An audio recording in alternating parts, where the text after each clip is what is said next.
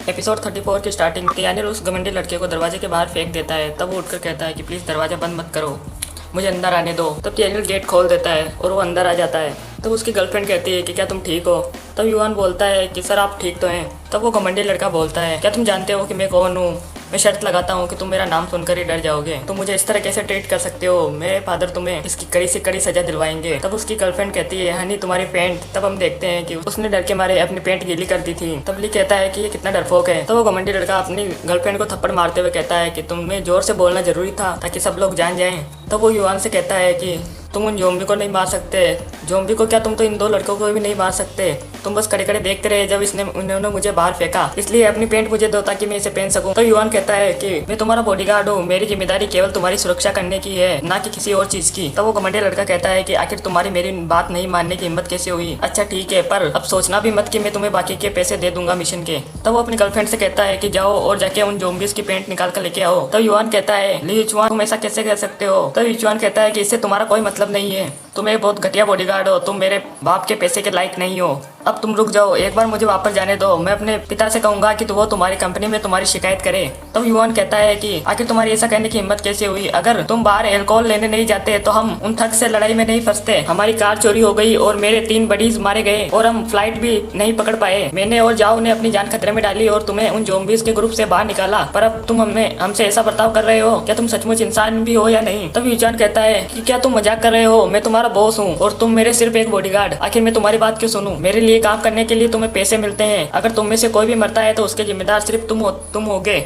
तभी टियानिल उसे पीछे से किक मारकर गिरा देता है। तब वो कहता है क्या तुम मुझसे मजाक कर रहे हो। तब टियानिल कहता है कि मैं तुम्हें बाहर फेंकने में और ज़ॉम्बी को खिलाने में नहीं डरता। क्या तुम्हें लगता है कि तुम्हें अब भी अपने फादर के पैसों की रोब यहाँ पर झाड़नी चाहिए। क्या ये सचमुच काम भी करेगा। तब टियानिल युवान से कहता है कि तुम्हारा नाम युवान है ना। तो युवान कहता है कि हाँ। तब टियानिल कहता है कि मैं जाओ टियानिल हूँ और ये मेरा भाई ली जुआंग है। मैंने देखा जो तुम्हारे और इस पागल के बीच हुआ, ये सचमुच तुम्हारी प्रोटेक्शन डिजर्व नहीं करता। मुझे सचमुच बहुत अच्छा लगा कि तुमने खतरे के समय में भी अपने साथी को अकेला नहीं छोड़ा। इसलिए अपने बॉस को छोड़ने और हमारी टीम ज्वाइन करने के बारे में तुम्हारा क्या ख्याल है। तो युवान कहता है कि मिस टियानिल, मुझे और मेरे साथी को बचाने के लिए तुम्हारा शुक्रिया। अगर तुम दोनों हमें नहीं बचाते तो हम कब के ज़ॉम्बी द्वारा मारे जाते, पर मुझे माफ करना, मैं आपके साथ नहीं चल सकता। तब ली कहता है क्या तुम पागल हो, ये बदमाश इसके लायक भी नहीं है और ये पहले ही कह चुका है कि एक बार मिशन पूरा भी हो गया फिर भी ये तुम्हें इसके पैसे नहीं देगा। तब युवान कहता है कि ये पैसे के बारे में नहीं है, मैं एक बॉडीगार्ड हूँ और ये मेरी रिस्पॉन्सिबिलिटी है कि मैं अपने मिशन को कंप्लीट करूँ। फर्क नहीं पड़ता कि वो चाहे कोई भी हो, इसे अकेले छोड़कर खुद की जान बचाना मेरे नियमों के विरुद्ध है। तब टियानिल कहता है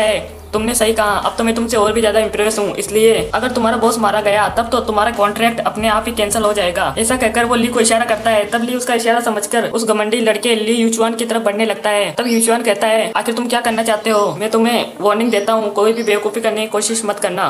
तब ली कहता है कि हमने तुम्हें बचाया और तुम हमें ही मरने के लिए बाहर छोड़ने वाले थे। मुझे ऐसे लोगों से सख्त नफरत है। और ये कहकर वो युचुआन पर वार करने वाला होता है, लेकिन तभी युवान बीच में आकर उसके हाथ को रोक लेता है और कहता है मुझे माफ करना, पर मैं तुम्हें उसे चोट पहुंचाने नहीं दे सकता। तब ली कहता है जिस तरह से तुमने मुझे रोका, मुझे लगता नहीं कि तुम शार्प शूटर हो। तुम शार्प शूटर के होने के साथ साथ ही एक मार्शल आर्टिस्ट भी हो। कंट्री सी के मार्शल आर्टिस्ट होने के नाते हमारे लिए लॉयल्टी सबसे ज़्यादा बढ़कर होती है, पर हम किसी पर भी ऐसे अंधों की तरह विश्वास नहीं कर सकते। हमें और अच्छे और बुरे का फर्क पता होना चाहिए। अगर ये बदमाश अभी बच गया तो बाद में जाकर कई मौतों का कारण बनेगा। अगर तुम उसे बचाना चाहते हो तो तुम्हें पहले मुझसे लड़ना पड़ेगा।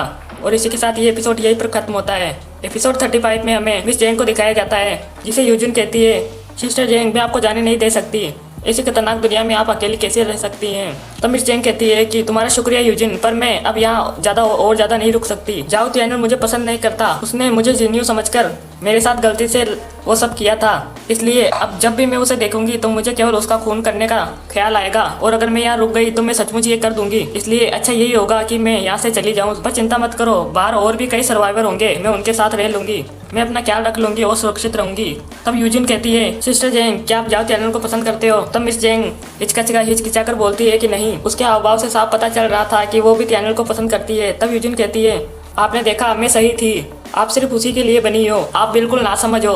वो भले ही जिन्यू को पसंद करता है, लेकिन इस वक्त उसके साथ जिन्यू नहीं आप हो। और हम तो जानते भी नहीं कि वो लड़की अभी जिंदा भी है या मर चुकी है, और क्या पता कि वो ऑलरेडी ज़ॉम्बी बन चुकी हो। क्या आप जाओ टियानिल को एक ज़ॉम्बी लड़की के लिए हारना चाहोगी। एक लड़का हमेशा नई के आगे पुरानी को छोड़ देता है और वो अपनी भावनाओं पर कभी काबू नहीं रख पाता। आप बहुत सुंदर हो और अगर आप अपनी फीलिंग्स को उसके सामने कन्फेस करोगी तो मैं शर्त लगाती हूँ कि वो अपने आप को आपके चरणों में रख देगा। तब मिस जेंग यूजिन की बात सुनकर सोच में पड़ जाती है। तब यूजिन कहती है कि तुम क्या सोच रही हो? जब हमारी किसी बिजनेस की बात होती थी तो तुम कभी नहीं डरती थी, पर जब रिलेशनशिप की बात आई तो तुम इतना क्यों घबरा रही हो? तब मिस जेंग कहती है कि तुमने सही कहा, सेन जिन्यू उससे मुझसे पहले मिली थी पर उन्हें कभी प्यार नहीं हो पाया। अब जाओ तियानिल एक प्रोजेक्ट की तरह है जिस पर कोई भी बिट लगा सकता है। चलो चलते हैं और उसको जीत के आते हैं। तब यूजिन कहती है कि ये हुई ना मेरे बॉस जैसी वाली बात। तब उन्हें नीचे से कुछ आवाज आती है। तब यूजिन कहती है कि आखिर नीचे क्या चल रहा है? तब मिस जेंग कहती है कि चलो देख के आते हैं। नीचे में दिखाया जाता है कि ली और युआन लड़ रहे होते हैं। तब यूजिन कहती है कि आखिरकार ये आप आपस में क्यों लड़ रहे हैं? तब हम देखते हैं कि ली और युआन दोनों फाइटिंग स्किल में दोनों एक दूसरे के जैसे ही होते हैं। तब ली कहता है कि तुम तो सचमुच बहुत अच्छा लड़ लेते हो, तुम्हारी कुंफू और मार्शल आर्टिस्ट स्किल सच में बहुत अच्छी है, पर एक असली मार्शल आर्टिस्ट से लड़ते समय केवल इतना ही काफ़ी नहीं होगा। ये कहकर वो युआन को घुमाकर पटक देता है। तब तियानिल यूचान की तरफ बढ़ने लगता है। तब यूचान कहता है कि मुझे मारना मत, मेरा ये मतलब नहीं था, मैं बस बहुत ज़्यादा डर गया था इसलिए मैंने वो सब कहा। मैं इसे दोबारा कभी नहीं कहूँगा। सर आप जो भी कहोगे मैं वो सब करूँगा अगर आप मुझे जिंदा जाने दोगे और मारोगे नहीं। तब तियानिल कहता है तुम्हारी ज़िंदगी का मेरे लिए कोई मोल नहीं है, मुझे केवल वो चाहिए।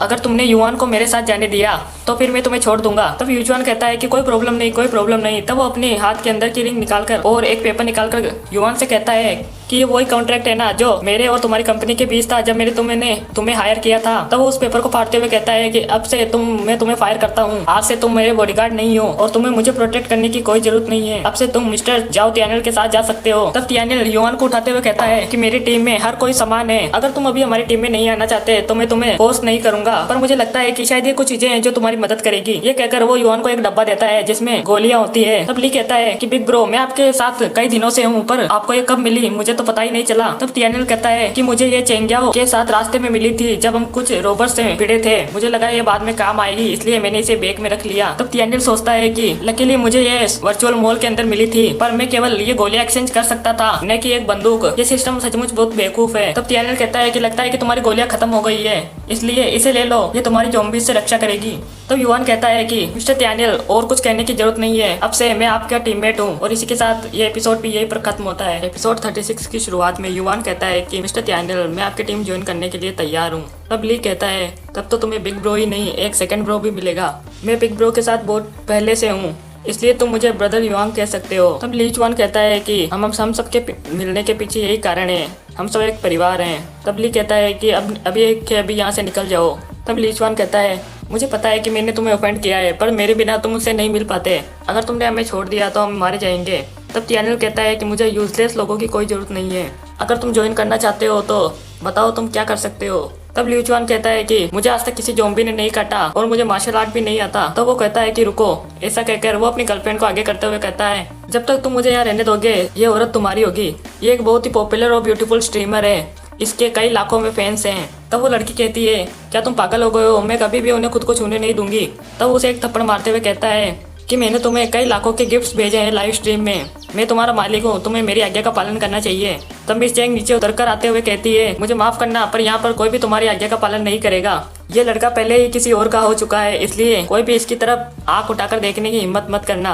और ये कहकर मिस जेंग तियानिल को किस करती है जिसे देखकर सब शौक हो जाते हैं। तब तियानिल कहता है कि तुम क्या कर रही हो। तब मिस जेंग कहती है कि क्या तुमने नहीं कहा था कि अब से मैं तुम्हारी जिम्मेदारी हूँ, तो अब से तुम मेरे हो। पर मैं बहुत पॉसेसिव हूँ, मुझे फर्क नहीं पड़ता कि पहले तुम किसे पसंद करते थे, पर अब से तुम केवल मुझे ही लाइक करोगे। अगर मुझे कभी पता चला कि तुम मुझे धोखा दे रहे हो तो मैं इस लड़की को मार दूंगी जो तुम्हें सीड्यूस कर रही थी और बाद में तुम्हें मार दूंगी।